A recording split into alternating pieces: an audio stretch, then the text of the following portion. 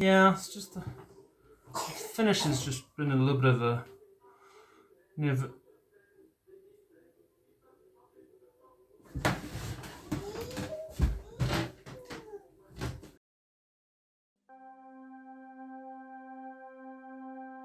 Turn around, look at what you see. Everywhere, fucking orange peel. Follow the instructions to the letter of the law. Send it back and start again and continue the never-ending night.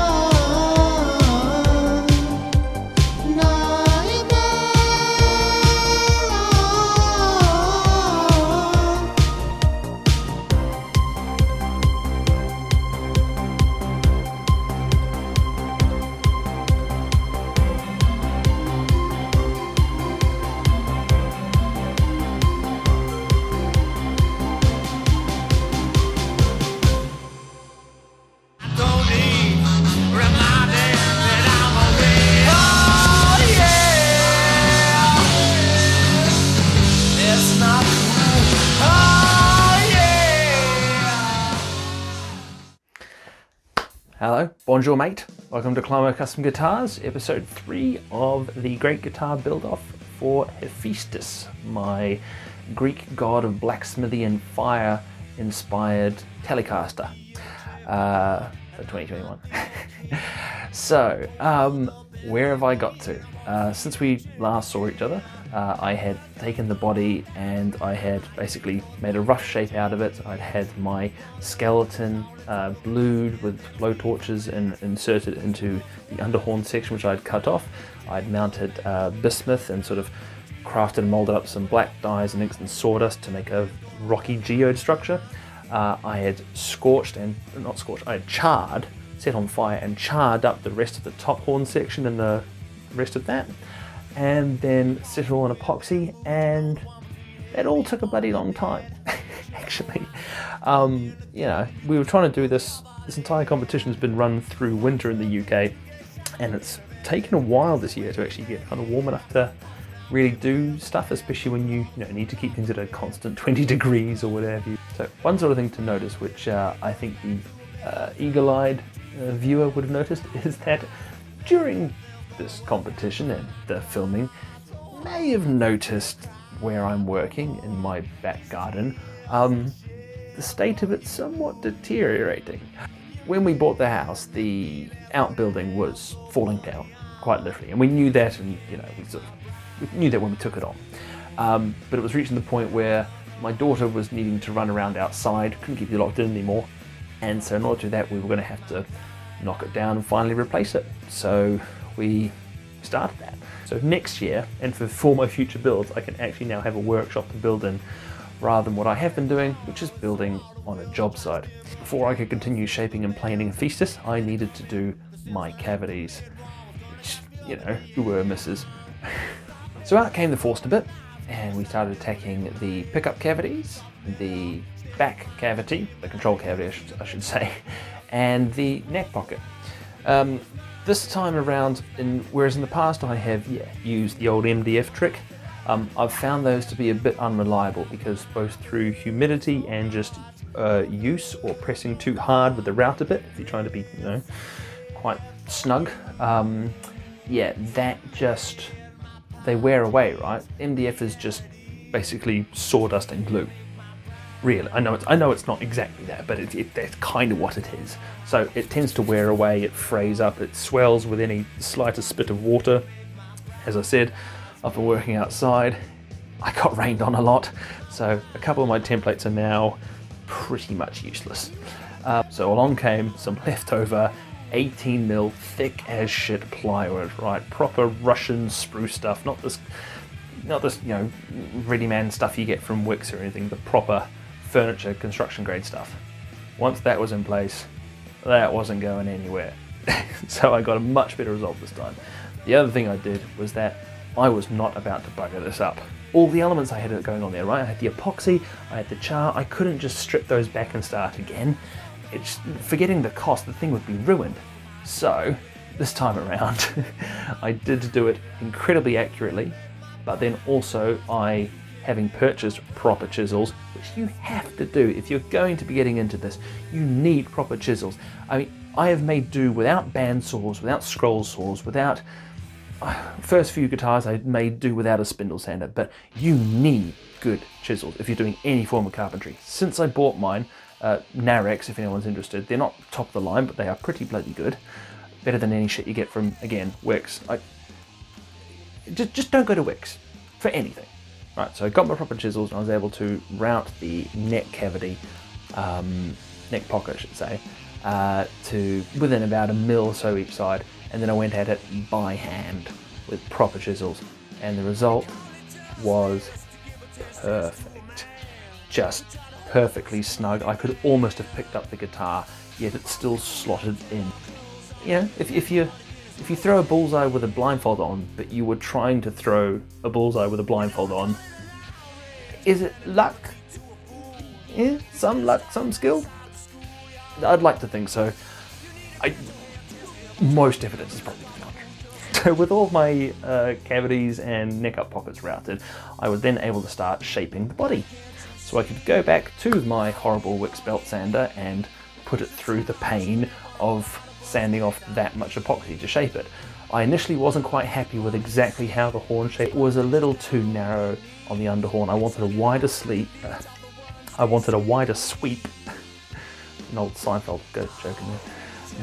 I wanted a wider sweep coming out into the bottom horn, but then a tighter pull back in once it had rounded over the top. And yeah, I got there. I mean, yeah, shaped it off. And then came the rain. The wettest May the UK has seen since 1826. And I'm trying to build a bloody guitar outside. Fucking kill me. But I persevered, and you know, there were enough gaps. Bear in mind, I'm trying to do this all on weekends and lunchtimes because I've still got a life and a job to do. I've had a couple of holidays in there as well, but not many. I think maybe a few bank holidays, they helped. But once the rain passed, I was able to, finish the shaping, put a nice strong bevel on the front, small bevel on the back just to take the corner off. I then planed and sanded in a lovely little armrest, which I sort of just, it's made to measure for me really. I placed my arm where I wanted it to go and then, took out the angle. So my finishing process on Hephaestus was started by mixing alcohol ink with my grain filler. That then obviously went in. Lots of people have done that. Most people have done that. It's not exactly a novel technique or anything. Once I had my coloured grain, I then applied the Crimson Guitars Stunning Stains in black, water-based though. Maybe next time I'll try this with the oil-based. I prefer to work with oil stuff if I can. So I tried the water-based stuff, sanding in between each coat back to 320. And then the final coat on the top was a slightly bespoke mix. You can Google for exactly what I've done, but I've never seen anyone do it exactly the way I've done it, which is essentially I French polished in the alcohol ink. Right? It was a bespoke mix, but that just came out brilliantly because I got a nice, even, deep, matte finish on the whole thing. And it definitely came out better than just pouring it on or wiping on with a cloth. So there was something in the magic little mix I did and how I was applying it, it was great. So with stains and dyes done, it was just about time to start the finishing.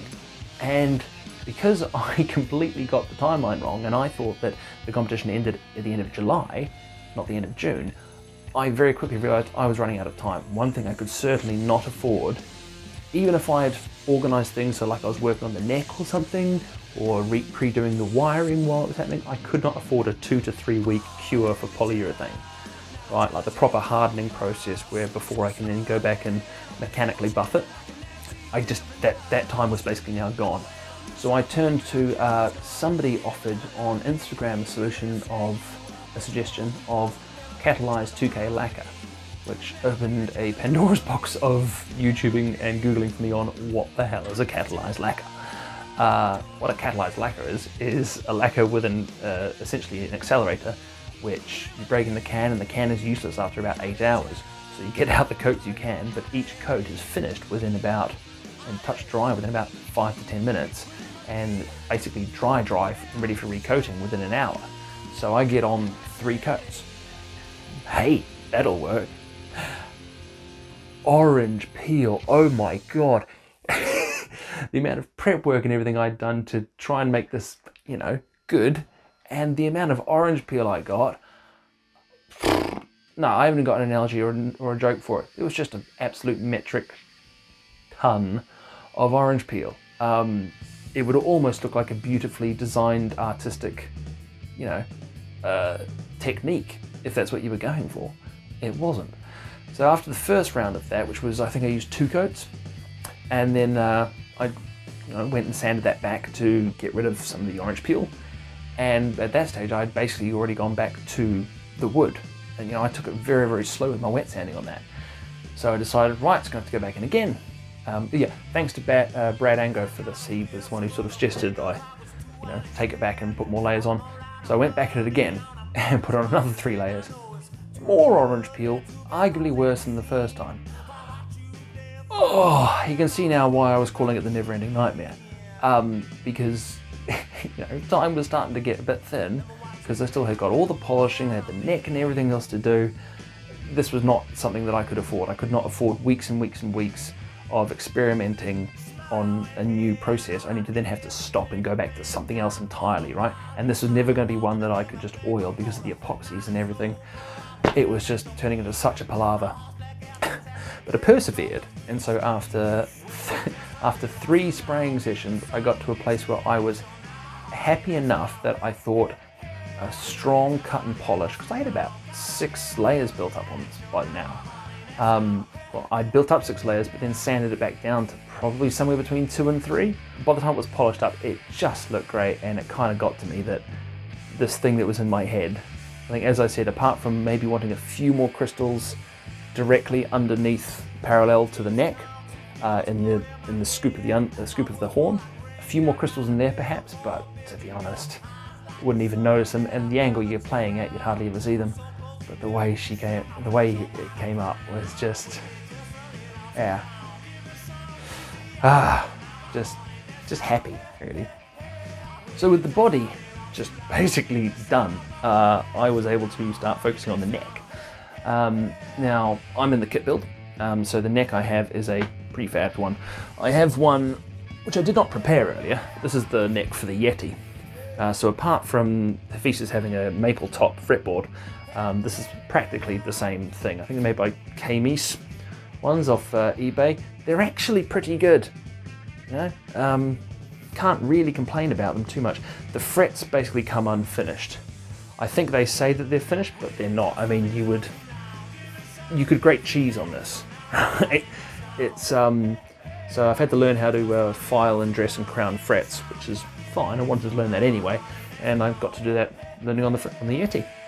So on the neck, what I had to do was to burn it, and I properly burnt it. I got a nice sort of transition, but it was still contrasting enough with the absolute pure raw destruction and earthiness of the guitar that I think it was quite cool. What I also opted to do was that on something like the Yeti, I burned the headstock and then I carved out the initials of the logo, such as it is, into the headstock. So it was the contrast of the unburnt maple coming through as the logo. This time I went for something a little bit different. and I am so pleased with how it came out. I think it incredibly well complements the charring on the body and just the whole image of it, right?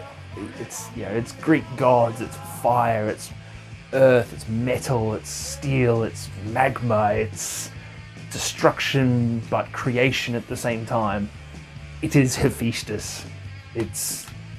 I'm so happy for it, about this whole thing. So with my guitar neck burnt and my real neck slightly burnt actually, one day I forgot to put on sunscreen for about a good hour. Yeah, burnt, carved, burnt again, lightly scrubbed down, I think I used an old toothbrush this time, and then sealed in a plain clear coat. I think it was a Plasticoat lacquer or something, and that's done a brilliant job. I could then put the thing together and glue it together, and guys and gals, it's Hephaestus. It's alive.